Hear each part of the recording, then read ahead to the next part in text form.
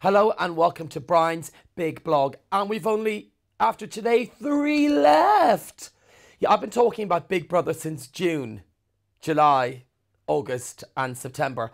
I think I'll be glad of the break. So, okay, first of all, I think we always have the shock eviction, which we had nearly every series. I think in celeb shock eviction, I think we have to discuss Cheryl Ferguson leaving. When she left, half were shouting Heather, the half were shouting Cheryl. I got confused who was leaving. I mean, what's her, I forgot her name, Heather or Cheryl? Obviously Heather is a character. Yeah, I mean, I thought she'd be like really popular and really safe. It just goes to show that when you've got 5 up, the votes go in every different order and that no one is safe. And it was between Cheryl and the Prince. I would think when it was that, before I got it in my ear that I was in the Prince is going. And no, it was Cheryl. I think the Prince, you've got girls that fancy him voting for him. So Cheryl, even though people like her, I think if you fancy someone more, you'll vote. And maybe they kept him in for the situation and the Danica drama. But Cheryl had got the biggest cheer, probably like it was a final, like when Adam left, Dina left, probably not so much Dina, when Adam and Luke A left. Great cheers. So well done to Cheryl. And I think she took it quite well. As she told me behind the scenes on Bots afterwards that she knew herself. And I think when you get that feeling, I know when I was on Hell's Kitchen and I knew I was going and I went, and you always get that feeling when you know your time is up and you just know. And I think she handled it quite well. And now she can watch the show. Now, speaking of the love triangle. So, she has a boyfriend. Then the situation fancied her. They're just friends. They flirted. Then Lorenzo fancied her. And they're continuing to flirt. And in tonight's show, if it's the same as I seen, they're talking under the stars. And it's actually quite romantic. And you almost want to go, oh, kiss her. I don't care if she has a boyfriend. Dump him. Kiss her. I think that really was quite explosive when we watched last night's show. And I think it was with the situation and with Danica and just that whole thing coming to a front. And I think in a sense, you feel for both of them. She feels she's in an awkward position, even though as a viewer, you think she's encouraged it, even though she's told them they're just friends. And then he's going, what you want about? I think you're fake. And she's going, my breasts are.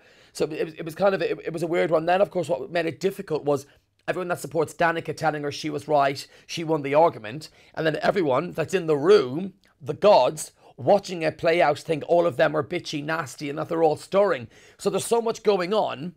And it just shows the power of the show and the power of when you're in that situation, how people take sides. And I think a point that Colleen mentioned earlier in the week was that you watch the show, everyone does, celebrities do, when it's civilian housemates. Oh, they're so pathetic, just nominate. It's so pathetic. Oh, it's so easy.